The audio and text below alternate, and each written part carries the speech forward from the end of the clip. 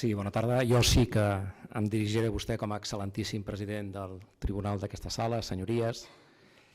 En primer lloc, crec que em toca aclarir un fet que vostè no m'ha permès abans, que és el per què no he contestat al Ministeri Fiscal quan he tingut l'oportunitat de poder contestar. He pogut explicar per què no havia contestat a Vox i li explico, crec que ho necessita saber la sala i probablement també la ciutadania.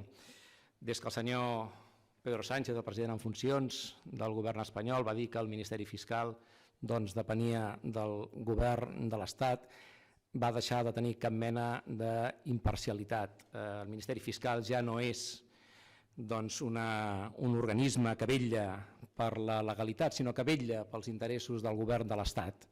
I jo... Suposo que ara em permetrà que em pugui expressar en llibertat. Pero mire, le recuerdo la misma consideración que le hice a su inicio.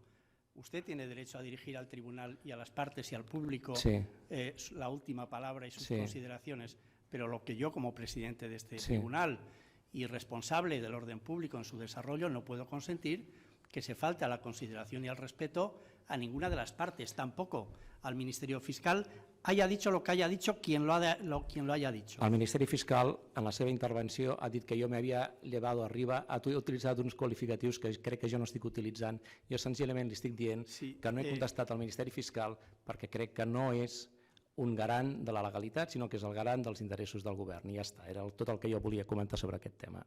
I si em permet, ara seguiré parlant sobre el que jo considero que és aquestes paraules d'última defensa, on crec que tinc dret, i el dret també que vostè no m'interrompi.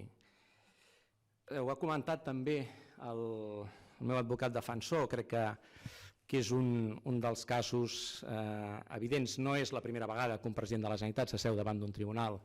Malauradament, des de la recuperació parcial de la sobirania dels catalans l'any 1931 amb la Generalitat de Catalunya, doncs 9 presidents de la Generalitat s'han vist sotmesos a algun tipus de judici, han hagut de marxar a l'exili. Un president de la Generalitat, el qual jo aprecio molt, el president Josep Birla, va morir a l'exili. Un altre president, i va morir a l'exili precisament després de fer-se càrrec de la presidència de la Generalitat en unes condicions realment excepcionals i dificilíssimes, després d'un crim d'estat que va cometre l'estat espanyol contra el president Lluís Companys, assassinant-lo amb la col·laboració dels agents nazis, de la Gestapo i també de la policia franquista espanyola. Només fa falta saber què ha passat amb els 3 darrers presidents de la Generalitat de Catalunya. El molt honorable president Artur Mas, també jutjat per aquest tribunal, no només això, també sentenciat, condemnat i fins i tot amb una voluntat d'arruïnar a la seva família a través de la intervenció del Tribunal de Comptes, o el que està passant amb el molt honorable president Carles Puigdemont, que viu a l'exili, senzillament perquè va ser el president que, juntament amb els membres del seu govern, va permetre als catalans exercir el seu legítim dret a l'autodeterminació, votant en un referèndum d'independència a Catalunya i proclamant-la després el 27 d'octubre. Però certament és excepcional, és la primera vegada que s'asseu en un banquet dels acusats un president en exercici, un president de la Generalitat en exercici. Això ho fa un judici especial. I penso que per evitar que més presidents de la Generalitat s'asseguin en aquests banquets dels acusats per part d'una justícia que de cap de les maneres podem considerar que és una justícia imparcial, i després intentaré explicar-ho, doncs no deixa de ser una raó més per la qual els catalans, una gran majoria dels catalans, volem convertir i culminar el nostre procés d'independència i, per tant, convertir-nos en una república catalana, perquè és l'única opció que tenen els catalans perquè els seus drets siguin respectats, perquè aquest país es governi radicalment de manera democràtica, perquè es vetlli en tots els moments per una observança dels drets humans, civils, socials i polítics, i perquè es respecti per davant de tot la voluntat popular. La voluntat popular, que és la primera institució republicana, i la segona, afegeixo, hauria de ser respectar-la. Hi ha unes paraules molt boniques que malauradament no vaig escriure jo, però que diuen així: si la llibertat d'expressió ens és presa, aleshores, atordits i en silenci, ens conduiran com ovelles cap a l'escorxador. no són meves, són del primer president que va tenir els Estats Units, el president Washington. Per cert, un país que va alliberar-se del seu domini britànic senzillament per la força de la llibertat, dotant-se d'una Constitució pròpia i abraçant amb tots els seus anhels de llibertat aquella independència. Però penso que em serveix la frase per dir-los que els catalans no som ovelles, això ja ho va dir el conseller Turull, i jo no he vingut aquí ni atordit ni en silenci. Jo he vingut aquí ferm i decidit, i penso que la meva defensa ho ha expressat igual, a dir-los que jo no he vingut aquí a defensar-me de res, que jo vaig complir amb el deure del meu càrrec i que si vinc a alguna cosa és acusar l'Estat no només d'haver vulnerat els meus drets, sinó d'haver pretès que vulnerés els drets dels meus compatriotes. Que aquest judici no ha comptat amb les garanties necessàries em sembla obvi i la defensa ho ha posat de manifest. Que aquest tribunal no és un tribunal imparcial em sembla encara més obvi. I em sap greu, li dic d'acord, ho lamento molt. Jo vaig estudiar dret, durant uns anys vaig exercir d'advocat en una companyia d'assegurances, m'estimo la justícia, he estudiat el dret públic català, aquelles velles institucions catalanes d'abans de 1714, quan els catalans sí que ens regíem a nosaltres mateixos.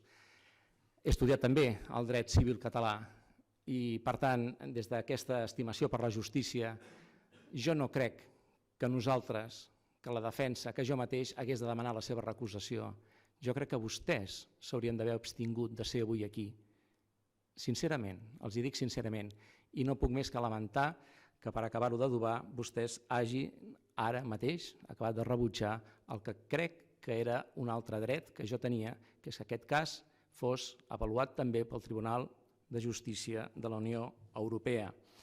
Ho lamento molt, però en qualsevol cas segur que aquest cas també hi arribarà als tribunals europeus, allà on els catalans trobem la justícia, on ja no la podem trobar enlloc de l'estat espanyol.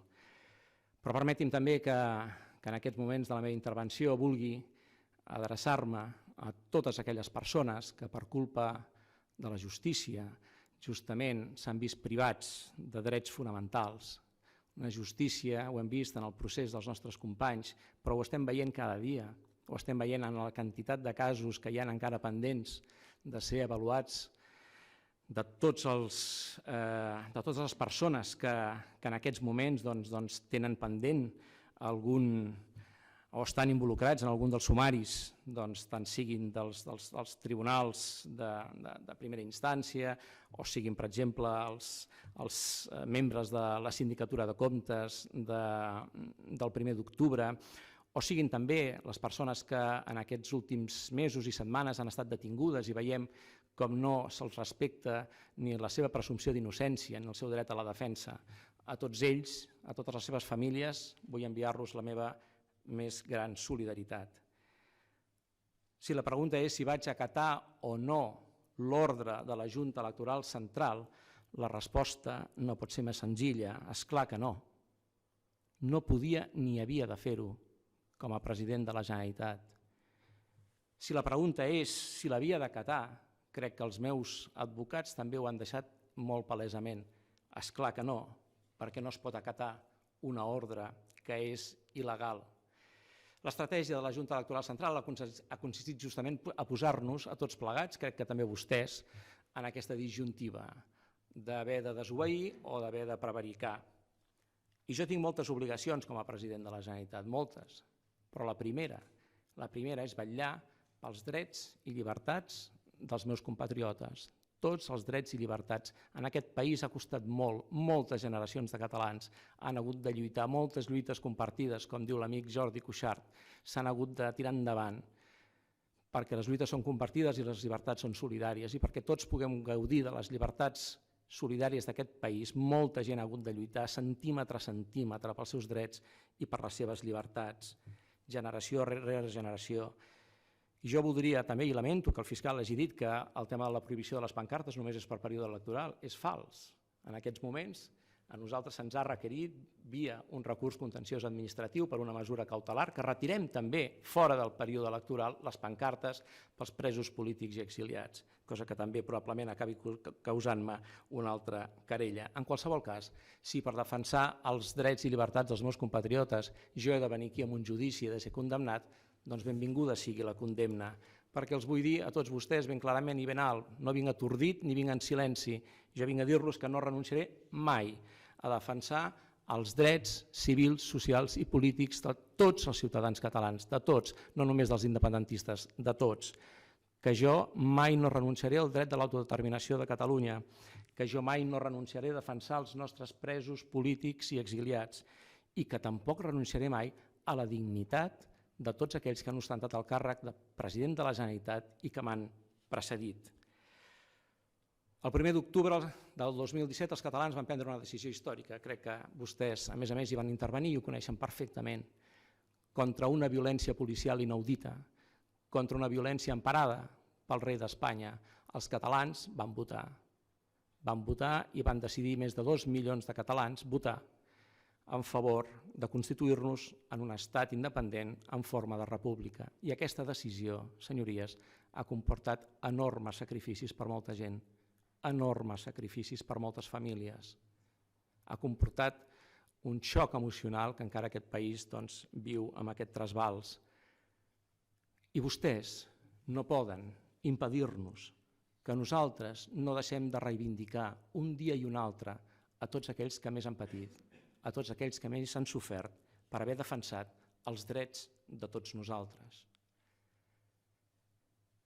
Saben que jo vaig ser escollit president de la Generalitat enmig encara de l'aplicació de l'article 155, quan els catalans no ens governàvem a nosaltres mateixos. Per això no hi havia un president de la Generalitat al Palau de la Generalitat.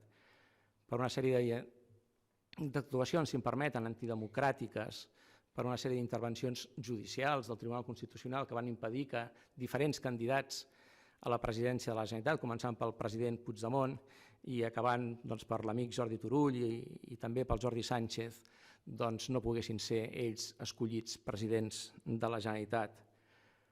Però a mi em va escollir el Parlament de Catalunya, finalment, que és l'únic al qual jo dec obediència, perquè és on rau la sobirania dels catalans.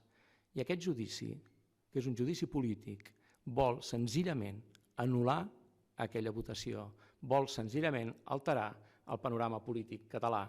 És això, ha estat així des del començament, això és el que volien. I lamento dir-los que en aquest país ens regim democràticament i on s'escullen els presidents de la Generalitat és en el Parlament de Catalunya. Els catalans som un poble pacífic, som un poble profundament democràtic. Se'ns diu que trencarem Europa quan és impossible, perquè nosaltres som part d'Europa i sentim que els valors europeus, els valors de l'humanisme, de la tolerància i els valors republicans de la solidaritat i de la fraternitat formen part de la nostra manera de ser. Estem orgullosos de la nostra història, encara que sigui una mica trista, certament, i de la nostra cultura i de la nostra llengua, que per cert tampoc s'utilitza en els tribunals a Catalunya. Som diversos, som generosos, acollidors. Així som els catalans, som conscients que una paraula mou la nostra història, només una, que és llibertat. I potser, perquè com deia Mercè Rodoreda, el desig de llibertat en l'home és més aviat un desig de justícia. Fins a quin punt llibertat i justícia, però justícia real, van juntes.